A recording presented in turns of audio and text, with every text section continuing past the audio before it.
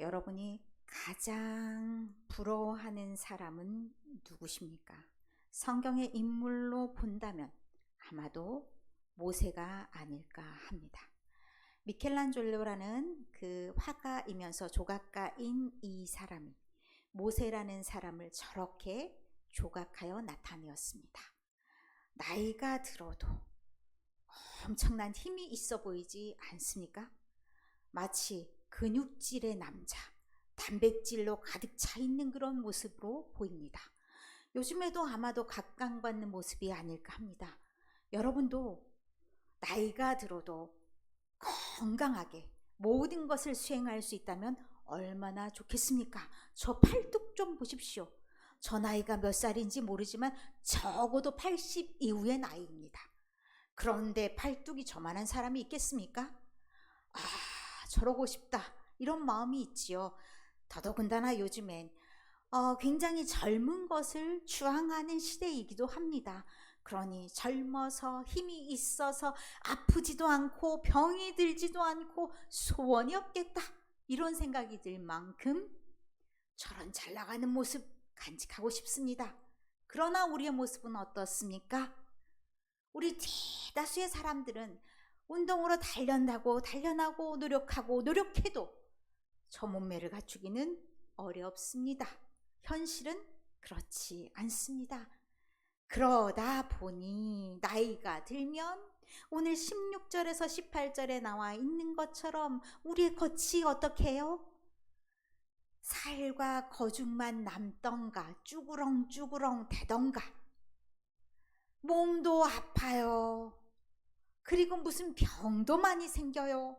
원하지 않은 아이고 허리야, 다리도 아파, 뭘 할 수가 없네, 조금만 하면 피곤해 죽을 것 같고, 이런 몸들입니다. 그런 마음이 어떻습니까?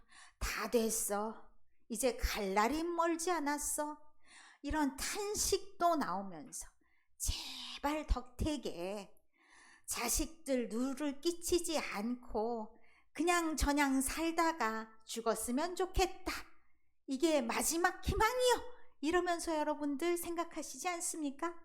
제가 딱 여러분의 마음을 파고들었죠. 그런 마음, 마지막 희망이야, 이렇게 생각할 수 있는 그런 마음일 겁니다. 그러나 우리가 생각을 좀 달리 해야 될 말씀이 오늘 우리에게 주어져 있습니다. 사실 우리는 우리가 보여지는 것에 참 익숙합니다. 보이지 않는 것은 잘 몰라요. 그래서 보이는 것이 전부인 것처럼 살아갑니다. 그래서 까딱 잊어버리기 쉬운 것들이 있습니다. 우리가 믿음이 있으면 그 믿음 안에 포함되는 중요한 상황을 우리 잊어버리기가 참 쉽습니다. 자, 16절부터 18절의 말씀에 우리가 눈에 깜빡 잊어버리면 안 된다면서 겉사람과 속사람을 대조해서 보여줍니다. 우리의 겉은 어떻습니까? 보시다시피 아시다시피 그런 것이 우리의 겉사람입니다.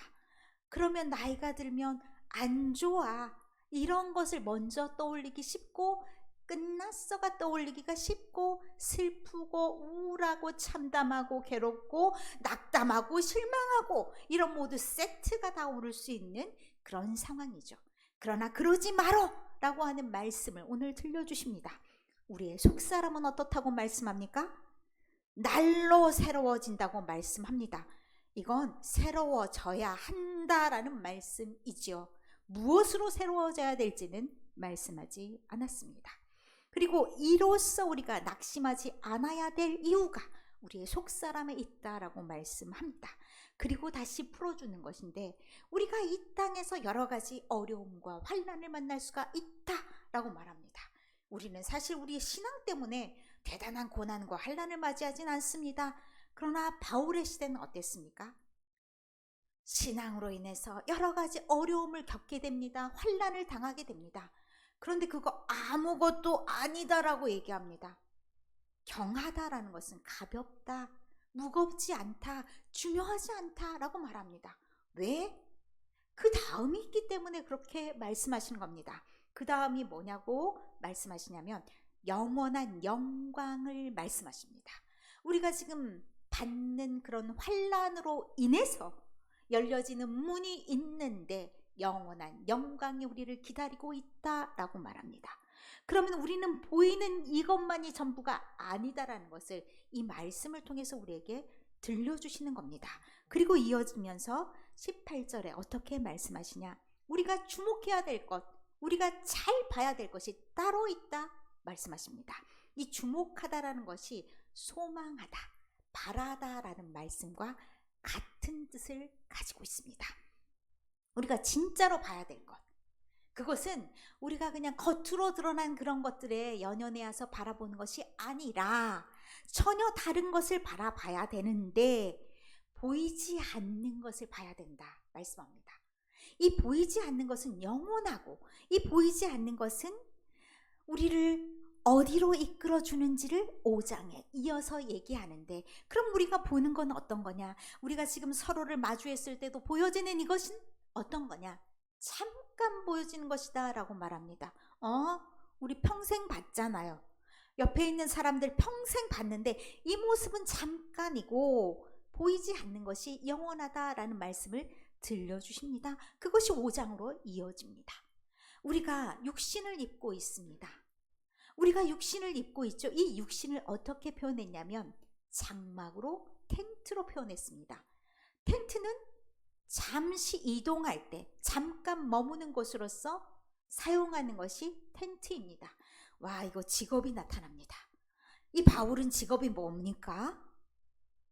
가장 익숙한, 자기에게 가장 익숙한 것을 비유로 들었는데 이 사람은 텐트를 만드는 사람입니다. 그래서 임시 거처인 장막을 마치 영원히 사는 것처럼 생각하지 말아라. 우리가 텐트를 치는 거는 어디 놀러 갔을 때 잠깐 치는 거잖아요. 그와 같이 우리의 몸이라는 것도 잠깐 입는 옷이다라고 말씀을 합니다. 그러면 이 옷을 벗으면 어떻게 됩니까? 우리가 벗으면 다른 옷으로 갈아입을 수 있어야 되는 걸 말합니다. 잠깐 이 옷을 입었으면 영원한 옷은 무엇이겠습니까? 이것이 5장 1절부터 5절까지의 말씀 속에서 들려주는 겁니다. 장막집이 무너지면, 이 장막집이 무너지면 우리 몸이 없어진다는 걸 말하죠.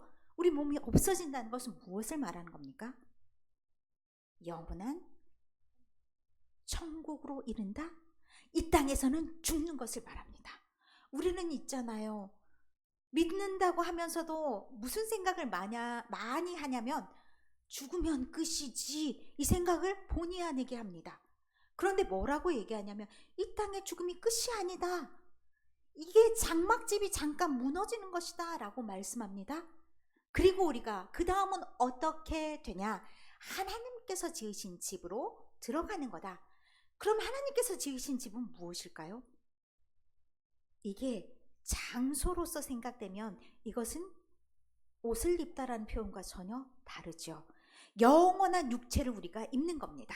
그 영원한 육체가 뭐겠습니까? 예수 그리스도께서 우리에게 보여주신 부활의 몸을 입는 겁니다. 그래서 영원한 집이 우리에게 있는 줄 우리가 알아야 되는데, 지금 우리 몸이 좀 쓰러진다고, 우리 몸이 낡아진다고, 우리 몸이 죽을 것 같다고 우리는 탄식하면서 이 육체 안에 있는 것들로 모든 우리의 판단을 삼는다는 겁니다. 그러면 안 된다. 우리에게는 영원한 집이 있고 그것을 우리가 몸으로 입는 것이다. 우리가 부활의 소망을 입고 살아가는 사람들이다라는 것을 오늘 말씀을 통해서 들려주신 겁니다. 그렇기 때문에 우리가 이 땅을 살아갈 때 탄식할 필요가 전혀 없다라고 말씀하는 겁니다. 왜냐하면 우리는 이 몸이 전부가 아니기 때문에, 이 옷을 벗으면 새로운 옷을 입으면 되는 것처럼 우리가 잠깐 입는 옷을 벗고 영원한 몸을 입는다는 겁니다. 부활의 소망이 있다는 겁니다. 그 부활의 소망을 완전하게 누릴 때가 언제냐? 이게 6절 이하에 들려주는 말씀입니다. 6절 이하에 뭐라고 말씀하시냐면, 그러므로 우리가 항상 담대하며 우리가 몸으로 있을 때 주와 따로 있는 줄을 알아야 된다라고 얘기합니다. 이 땅에서 살 때는 주와 떨어져서 사는 삶입니다. 그렇기 때문에 이것이 우리가 좋다라고 생각하면 우리의 신앙에 조금 문제가 있는 겁니다. 영원한 삶을 꿈꾸며 살아가면서 이 땅의 삶이 아니더라도 하나님께서 우리와 함께하는 삶이 있다라는 것을 믿어야 된다는 거죠. 우리가 사실 믿음이 떨어질 때가 있고요. 보여지는 것에 연연할 때가 있고요. 늘 그것으로 그렇게 살아왔기 때문에 잘 못 볼 때가 있습니다.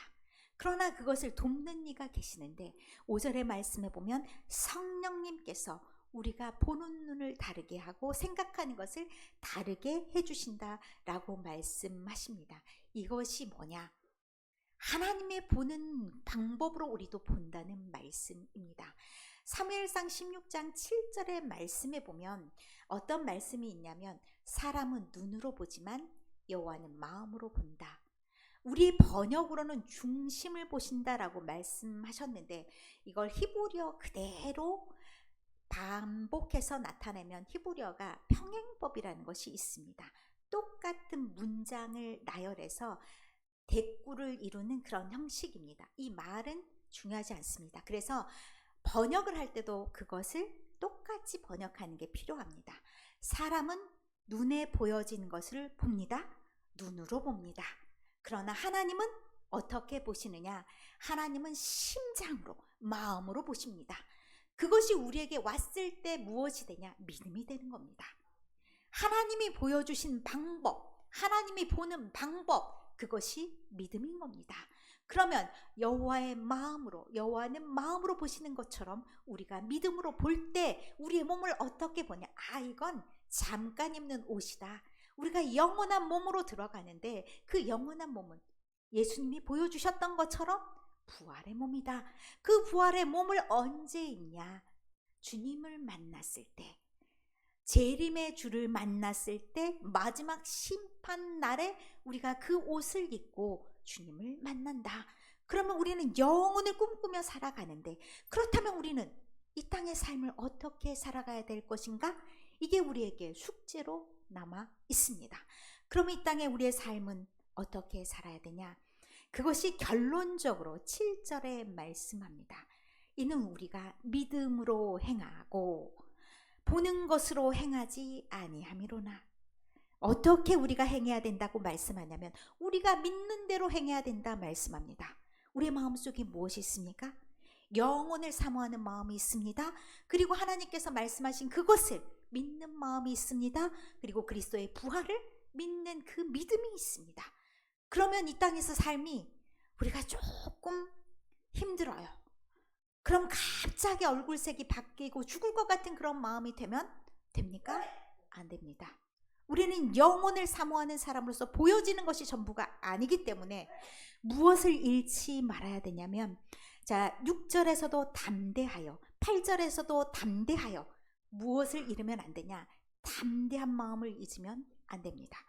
왜냐하면 그리스도가 우리와 함께 하심을 믿기 때문입니다. 주님께서 가신 이후에 주님도 우리와 함께 하시고 성령도 우리와 함께하게 보내주셨습니다. 그럼 그 성령이 우리와 함께하고 늘 동행하는데 우리의 마음이 헷가닥해서 잘못된 길로 가는 것을 이끌어 주시는데 두려워하는 마음으로 살아가면 되겠습니까? 담대한 마음으로 살아가라고 말씀하십니다. 그리고 또 우리가 무엇을 힘써야 되냐? 9절에 말씀하십니다. 주를 기쁘시게 하는 자가 되기를 힘쓰라. 그러면 우리의 삶의 모든 중심이 어디에 있어야 된다라고 말씀하시냐면 주님의 중심에 있어야 된다는 말씀입니다. 우리가 살아가는 모든 것이 주를 어떻게 하면 기쁘시게 할 수 있을까? 어떻게 하면 주의 마음이 될 수 있을까? 이것을 신경 써야 된다는 말씀입니다. 우리가 살아가는 것이 눈에 보이는 것으로 살아가다 보면 옆에 있는 사람에 힘쓰고 또 보여지는 것에 힘쓰고 그 상태를 더 좋게 하는 것에 힘쓰고 그러면 외적인 것에만 치우치게 됩니다. 그런데 하나님께서 말씀하시는 것은 그것에 치우치지 말라고 하십니다. 주를 기쁘시게 하는 삶을 살라라고 말씀하십니다. 그리고 최종적으로 우리가 살아가야 되는 목표가 10절에 나와 있습니다. 우리는 그리스도의 심판대 앞에 나타날 일, 마지막 그리스도 앞에 설 날을 생각해야 된다라고 말씀합니다. 그러면 우리가 이 땅에 우리가 이 몸으로 살아가면서 무엇을 행하기 위해서 노력해야 되냐면 그리스도께서 원하시는 삶을 살기 위해 노력해야 된다는 겁니다. 그것이 구체적으로 어떤 삶인지는 그 이후에 나와 있습니다. 한마디로 말하면 하나님과 화목, 사람들과 화목, 이렇게 말씀할 수 있습니다. 그 내용을 이루는 것은 굉장히 다양합니다. 그러나 어쨌든 우리는 몸으로 하는 것으로 하나님 앞에 서게 되는데, 그러면 이것이 구원과 상관이 있느냐? 그렇지 않습니다. 우리는 이미 구원받은 사람들이기 때문에 갑자기 우리가 지옥불에 떨어진다? 이것이 아니라 하나님 앞에 서는데, 자, 여러분이 다 앞에 있어요. 그런데 시상식에 갔다라고 생각하시면 됩니다. 우리도 연말이 되면 텔레비전에서 또 각종 시상식이 있습니다. 많은 사람이 앉아 있다고 다 상을 받던가요? 아닙니다. 박수 쳐주는 것도 좋지요. 그런데 기왕이면 어떤 사람 되고 싶습니까? 앞에 나가서 칭찬받고 상 받고 이런 사람 되고 싶지 않습니까? 그런데 우리의 삶이요, 사실 이것을 생각하면서 열심히 노력하는 삶이라기보다는 잊어버리고 살아가는 삶이 참 많이 듭니다. 그래서 보여지는 것에 급하고 보이지 않는 것을 신경 쓰지 않고 잠시 받는 고통에 눈 멀고 너무 힘들어하고 거기서 쓰러지고 결과 없음, 이렇게 되기가 참 쉽다는 겁니다. 어떻게 살라는 말씀입니까? 지금 당장 눈에 보이는 그런 것으로 연연해 하지 말고, 그것에 낙심하지 말고 뭐하라? 담대하라. 눈에 보이는 것으로 살지 말고 눈에 보이지 않는 영원한 것을 사모해라. 우리가 육신이 쓰러져 간다고, 우리가 죽을 것 같은 상황이라고, 죽음을 앞두고 있는 상황이라고 그것에 절망하지 말아라. 우리는 영원한 삶, 그리고 부활의 몸으로 옷 입을 것을 생각해라. 그리고 마지막까지 우리가 달려갈 길을 달려가야 되는데, 우리는 최종 종착지가 어디라고 말씀하냐면 우리는 심판대 앞에 서는 것이 우리의 최종 종착지라고 말씀합니다. 그럼 우리 삶이 어때야 되겠습니까? 우리가 혹시 잊어버린 건 아닌가? 우리의 믿음에서 가장 중요하게 잊어버리지 않아야 될 것을 잊어버린 건 아닌가 생각하시면서 이 땅의 삶이 전부가 아니라 영원한 삶을 꿈꾸고, 그리고 하나님 앞에 설 그날을 기대하면서 마지막까지, 여러분에게 마지막까지 최선을 다해서 봉사하십시오, 헌신하십시오, 이렇게 말씀하지 않습니다. 여러분이 할 도리를 다 하시면 됩니다. 여러분에게 보여주신 그 삶을 향해서 달려가시면 됩니다. 나는 하나님 마지막까지 나에게 주신 꿈을 잃지 않았습니다. 나는 부활을 소망하며 살았습니다. 그리고 그 부활의 소망을 나누며 살았습니다. 나의 입을 통해서 나 힘들어 죽겠습니다, 차라리 데려가세요, 이런 말 하지 않았습니다. 내가 감당할 것을 감당하며 살았습니다. 그리고 하나님 앞에 부끄럽지 않으려고 몸부림치며 살았습니다. 그러니 하나님, 나를 받아주시고 가능하면 조금 더 예쁘게, 또 선물도 주시면 더 좋겠습니다. 최선을 다하는 삶을 살겠습니다. 끝까지 내 마음이 변치 않도록 주님께서 이끌어 주십시오. 어떤 상황에도 내가 주께 예배하지 못하는 그런 상황이 오더라도, 주께 나와 예배하지 못하는 상황이 오더라도 내 마음속 깊은 곳에 주님 콕 박혀 계셔서 자나깨나 기도하게 하시고 자나깨나 찬송하게 하셔서 그 믿음이 떨어지지 않게 주님 이끌어 주십시오. 이 간절한 기도가 여러분에게 있기를 원합니다. 할 수만 있으면 걸어서 교회 나올 수 있으면 좋겠고요. 할 수만 있으면 앉아서 예배할 수 있기를 원합니다. 그러나 어찌 되었던 이 부활의 소망이 여러분 앞에 있어서 낙심하지 않고 절망하지 않고 끝까지 믿음의 경주를 다해서 잘했다